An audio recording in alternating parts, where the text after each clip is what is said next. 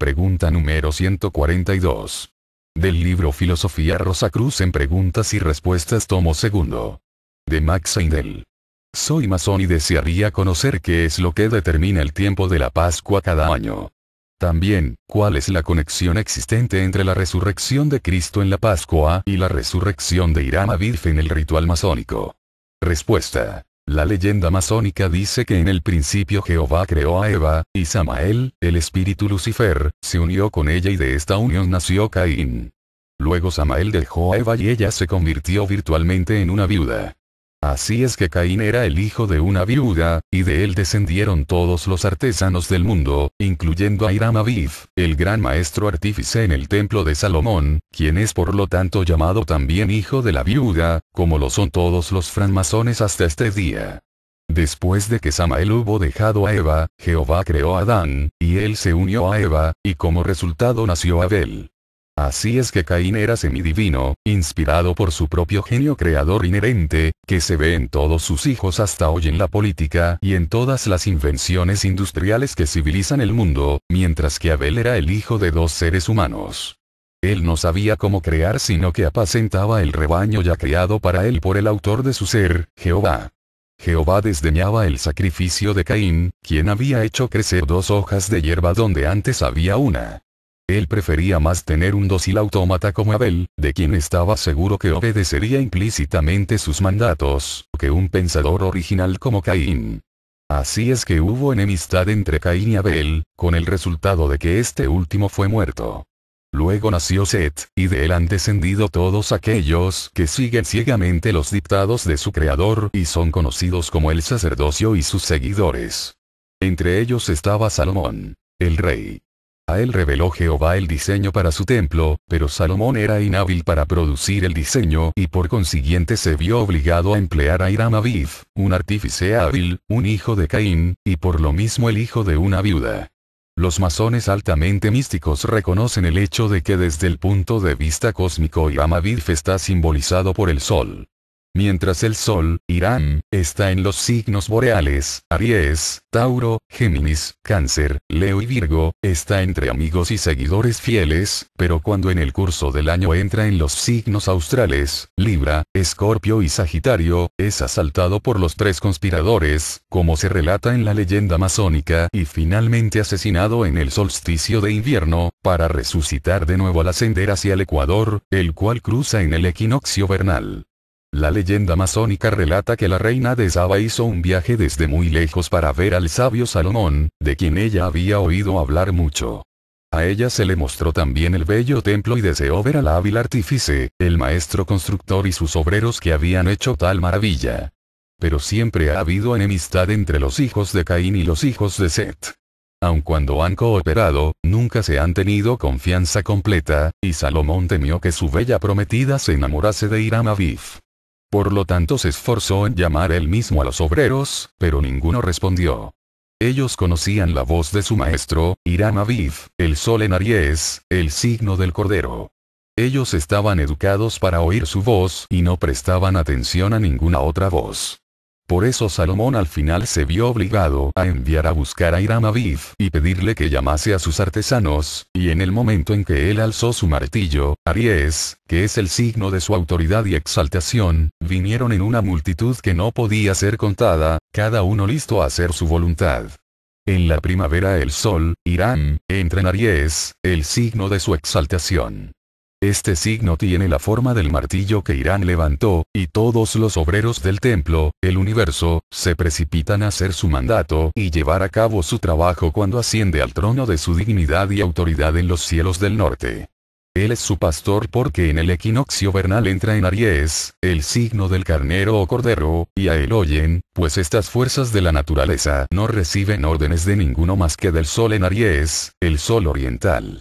Esta es la interpretación cósmica, pero de acuerdo con la ley de analogía Hiram, el hijo de Caín, también debía ser elevado a un más alto grado de iniciación.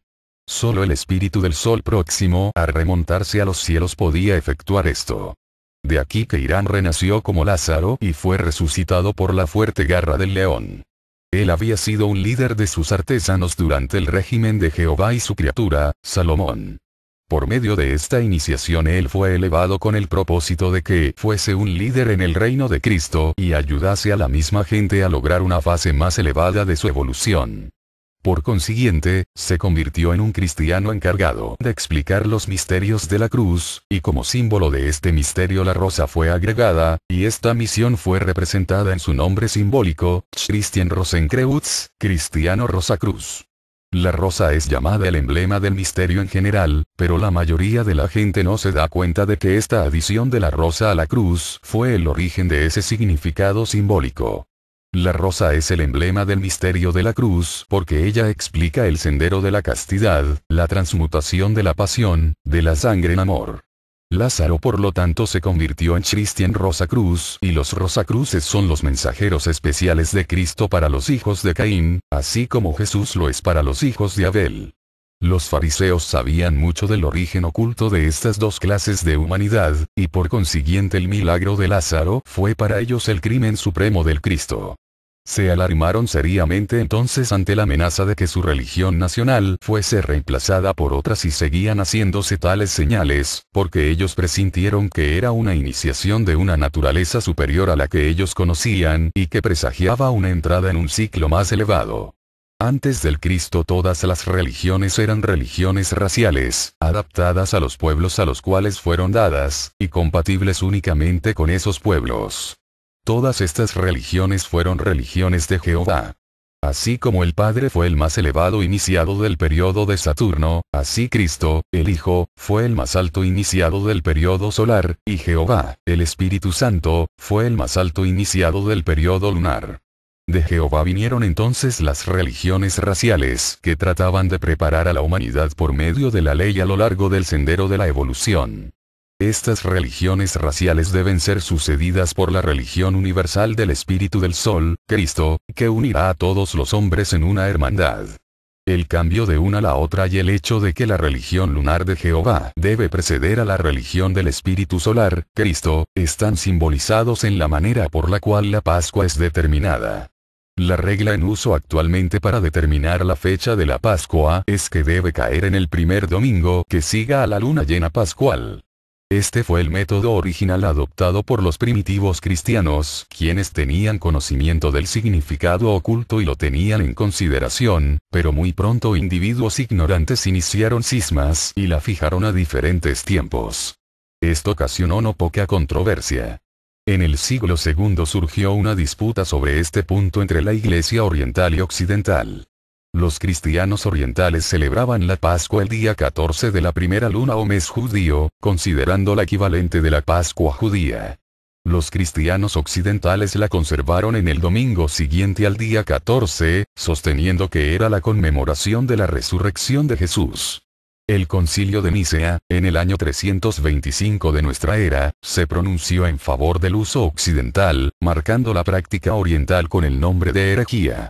Esto, sin embargo, solamente estableció el punto de que la Pascua no debía ser celebrada en un cierto día del mes o de la luna, sino en un domingo.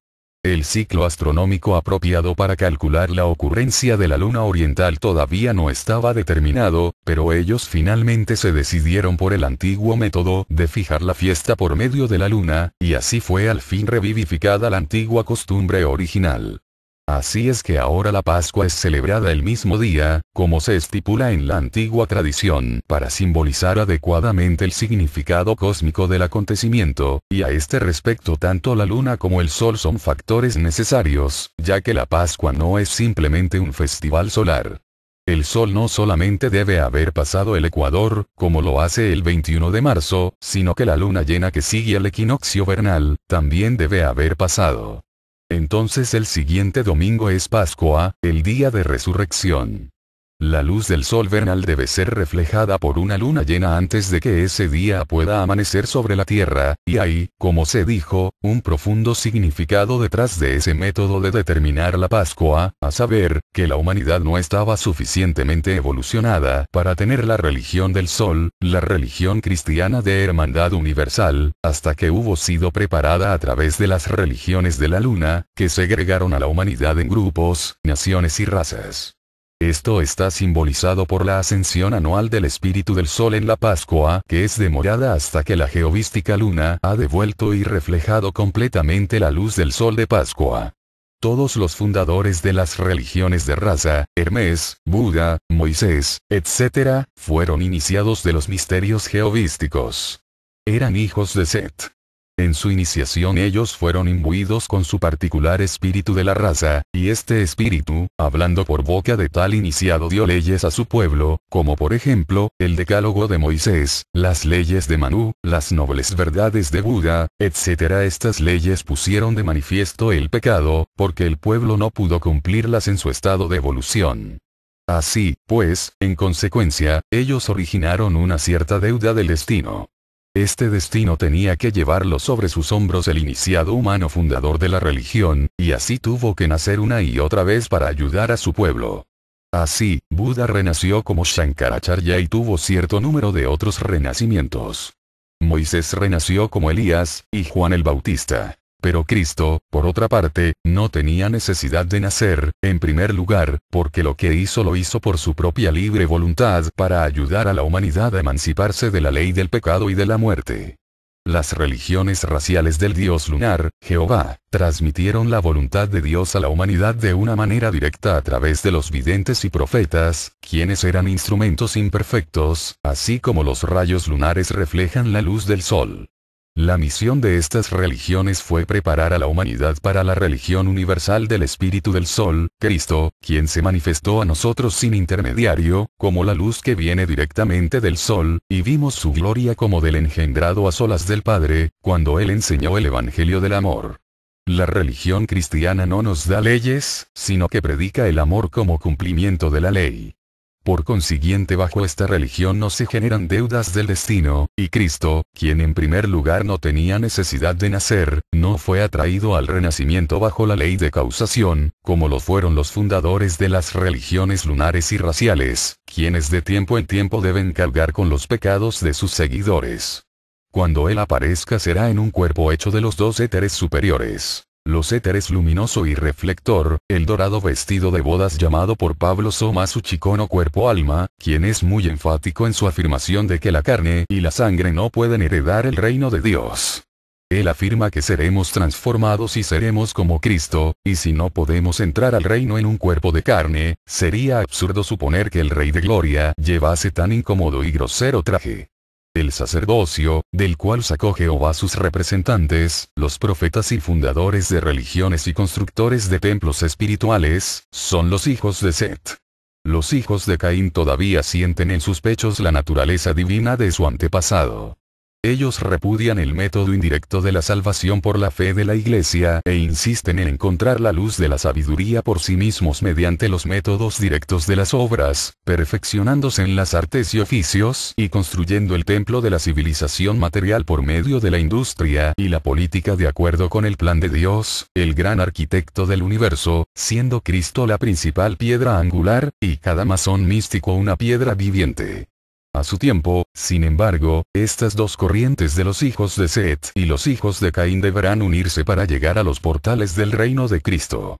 Antes de su tiempo no hubo manera de que tal amalgama pudiese tener lugar. Pero cuando Cristo, el gran espíritu del sol, vino, Salomón había renacido como Jesús, en cuyos vehículos inferiores entró el Cristo en el bautismo. E Hiram Abid había renacido como Lázaro. Cuando Lázaro fue resucitado, levantado, por medio de la poderosa garra del león de Judá, Hiram y Salomón, los antiguos antagonistas, olvidaron sus diferencias como lo aconsejó el Espíritu de Cristo, y ahora ambos están trabajando por el establecimiento del reino de Cristo.